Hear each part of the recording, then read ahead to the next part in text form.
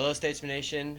Jared Goodman here, visiting with head baseball coach Mike Laird. Coach, thank you for stopping by today and kind of previewing the season. But before we preview this season, let's kind of talk about last season a little bit. Finally got back on the ball. Yep. Big season. Won the regular season Hart Crown. What did that mean to the program, and how'd the season go? Well, it went actually better than expected, or better than we could have hoped. The culture was changed quite a bit by a lot of with a lot of the new guys that came in. I think talent-wise, we increased ourselves or the team across the board, and it was a real fun year to be there to experience. We'd had a couple tough years before that, as you know, and losing close games is not fun, but we were able to flip that Yeah. pretty much, and it's a credit to the guys that came in. Yeah, right on. What was that experience like? Going through, the conference season. You guys were just finding a way to win these close games. Man, can you kind of put it into words a little bit? It was a great feeling because the previous year in particular was such. It was, you don't feel good when your coaches at the end of the weekend, you're looking at each other and go, how do we drop two more games like that? How did that happen? Until sixth inning, seventh inning, eighth inning, and it sounded like it almost felt like we would almost find a way. We were close, but no cigar. Yeah. And last year it was just almost the opposite. The guys found ways. They came up with clutch two-out hits. They made plays and that sort of stuff, and they never gave up. Yeah. They were tough to the end. Yeah, absolutely. I mean, I've watched most of you guys' games. I could definitely attest that team was definitely special last year. So, moving forward now, going into the off season, what were you looking for in the recruiting trail? And what spots were you looking to kind of fill in for and just kind of get better at? Well, we obviously lost a couple starting outfielders. And we're going to move one of our guys, Bravo, who was in right field. The plans were kind of to move him to third all along when Seth graduated. So obviously we needed a shortstop. We needed to know what to do with center field. Catcher too was a big part of the defense, and always pitching. Always a lot of pitching, so especially in this conference season. yes. So and I think we got I got lucky a little bit, and we knew we had a good nucleus coming back, guys that got it, guys that helped, the high character guys that helped change the culture last year. So we needed to double up on that, and I think we did. Yeah. And how much are you counting on those guys that were part of the winning culture last year to carry over this year and kind of get those new guys accustomed to the Statesman way? Right. A lot, obviously, and they've done a very good job of that. And everybody seems to fit together, dovetail together, much better than some other years. Yeah. And so it's kind of encouraging, because we brought in some pretty talented guys this year, and I think they get it, and so it's kind of exciting because I think we get a chance to have a pretty good year. Yeah, so let's go ahead and go around. We'll start with the pitchers a little bit, kind of preview the pitching staff a little bit. Where's the pitching staff looking like this season? Well, I think we need to be a little bit better pitching staff wise. Although we had a decent year, I'm not saying our pitchers were decent. I'd like to get that ERA down just a little bit. I'd like to get the walks down a little bit. First pitch strike situation, we need to do a little better job of that. We need to keep guys like Stratton, who had 109 Ks in about 72 innings, in Cologne, who I think had 68 Ks in 67 innings last year. We need to keep their pitch counts down a little bit so we can get an extra inning. We don't feel like we got to leave somebody out there, when they're kind of dying on the vine. We don't want to do that.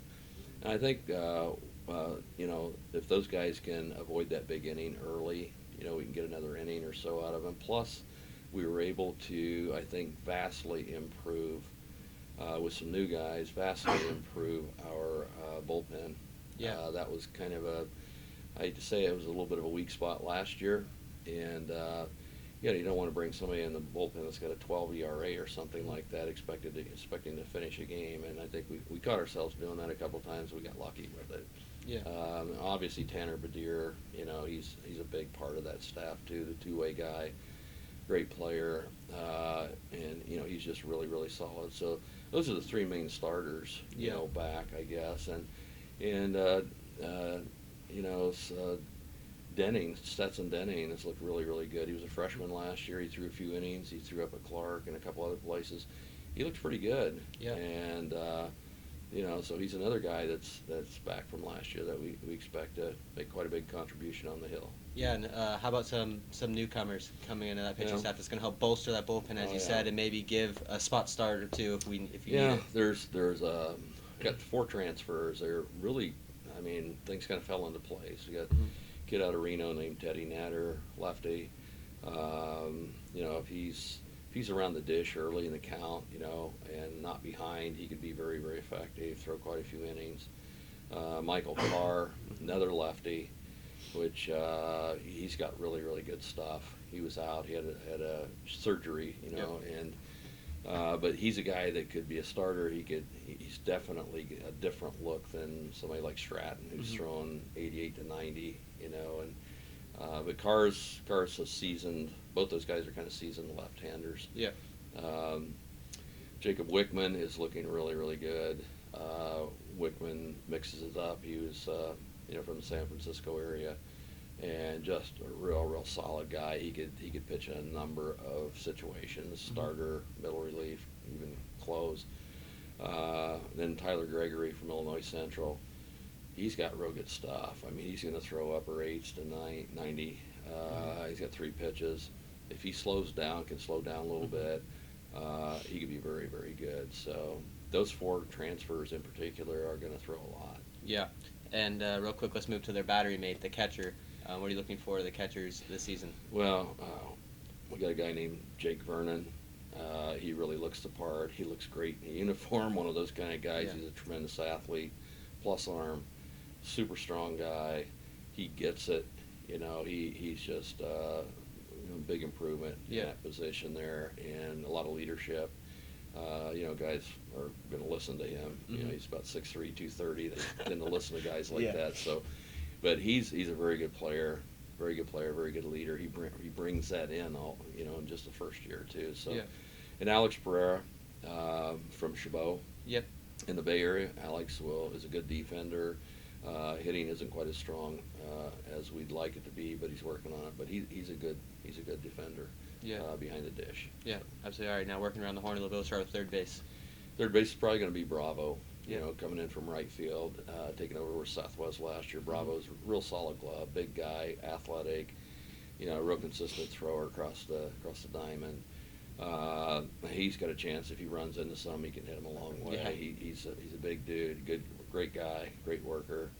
Real good returner from last year, one of those guys. So yeah. And moving on to the middle here, shortstop. Yeah, a guy named Snyder Torrealba. Yeah. Was at another inning I last year. Did really well. He's an Arizona Western transfer, 2-year starter there. He's a very solid player all the way around. He's a very, very solid defender. We will be better at shortstop this year as far as defensively. He makes all the plays.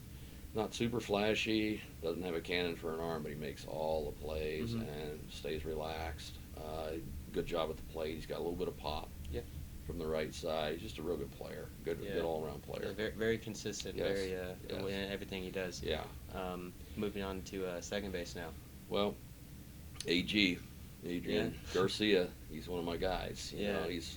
He was our spark plug type guy from last year. He's our leadoff hitter. I know for a fact that there are other coaches that do not like him at the leadoff position. I wouldn't want to pitch against him. In my prime, he's one of these guys that fouls off about 27 pitches, and then he finds a way to get on. He had an on-base average of about exactly 50%. That's incredible. Yeah. And he is. I don't want to say a cheerleader. He's a guy that just gets everybody up and stays in the game all the time. He plays every pitch like it's his last. And that's just it rubs off on everybody. Yeah, he's a glue guy, guys. Yes, he's a glue guy. Yeah, you're right. glue guy, definitely. Now over to first base. First base, well, we've got Jared Hunt, who is a very good player. He was Gold Glove guy in the conference last year. Really makes plays. He bailed us out. To be real blunt about it, he bailed us out. We had some throws from the left side of the infield, crucial times of the game, of several games, and boom, he's picking them up over there. And we, honestly, that probably saved some games late. Yeah. He probably won 5 or 6 games just because he picked a couple pick some balls up at the right time. And our infielders, they could just let it go, and he'd usually come up with a play. So another guy named Soren Graverson, Yep. left-handed hitter from Indian Hills.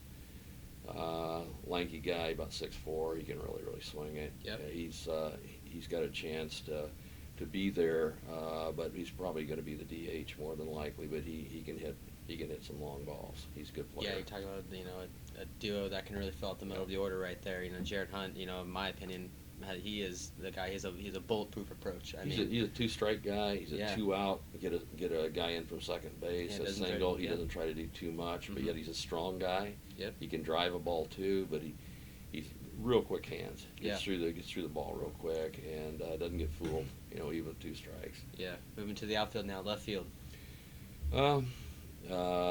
That's going to vary a little bit. We've got some outfielders that also are dual guys. So Tanner Badier was mostly in left field last year with Blaze Speeds being in center. Tanner will more than likely go to center when he's not pitching.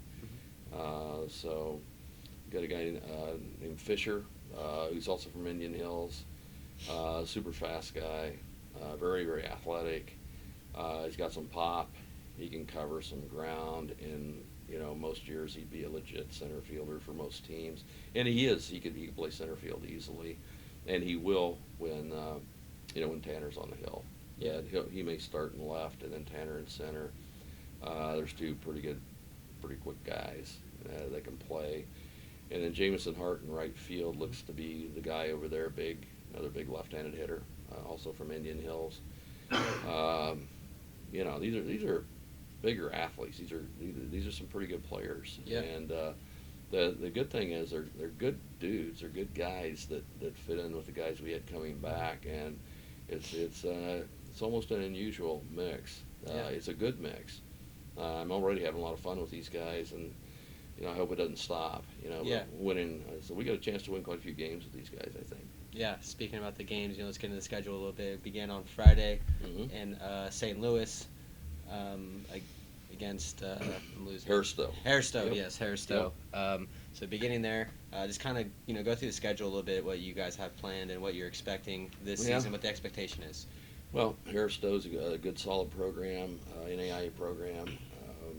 We're going to play on a full turf field, independent league field down there in O'Fallon Friday, and then go back to Hairstow's field, natural grass on Saturday. So,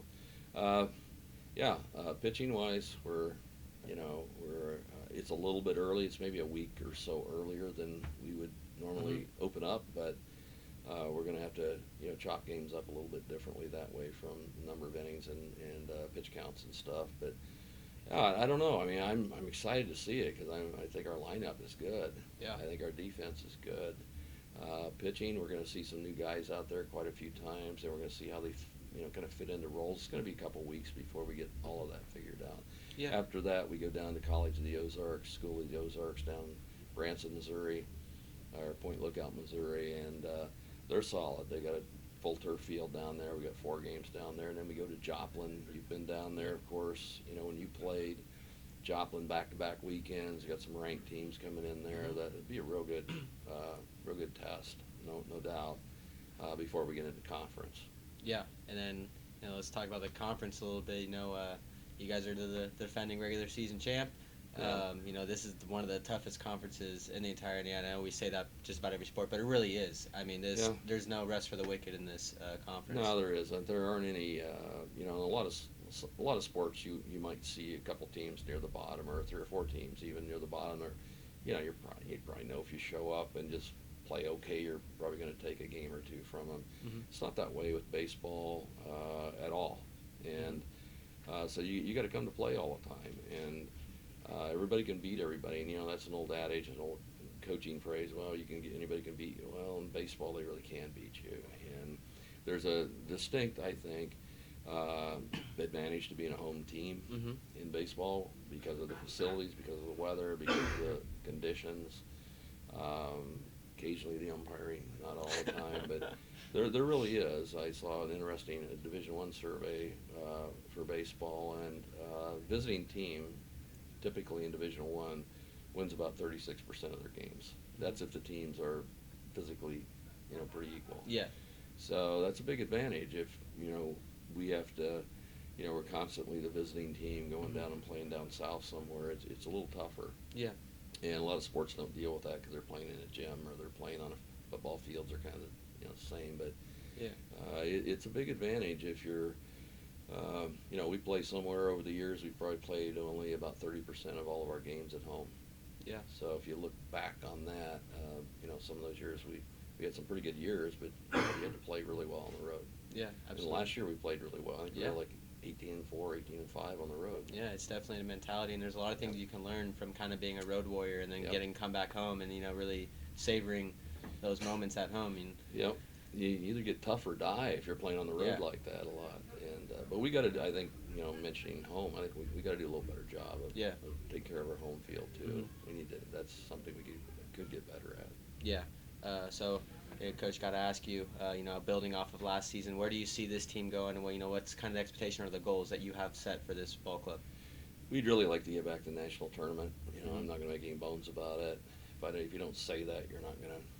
If you don't put it out there, but I'd really like to do that. We just narrowly missed last year. Yep. We kind of shot ourselves in the foot, obviously, at the conference tournament, and that was kind of disappointing. We had a real fun year, we had a real nice year. I was really proud of the guys, but then we just, and I think obviously the returners, they know this. They said, Mhm. okay, we didn't quite finish up Yeah. like the plan was, and these new guys coming in, they're right in there, they're right with it. So it's encouraging. It's just going to be, we got to win a lot of close games again. Yep. We got to do the same thing, and we got a chance to be, like I said, we got a chance to win quite a few games, quite a Yep. few ball games. Well, Coach, it's baseball season once again. It's here. Man, you played. Yeah. Appreciate it, Thank man. you for coming in. Statesman Nation, thank you for tuning in. Until next time, go Statesman.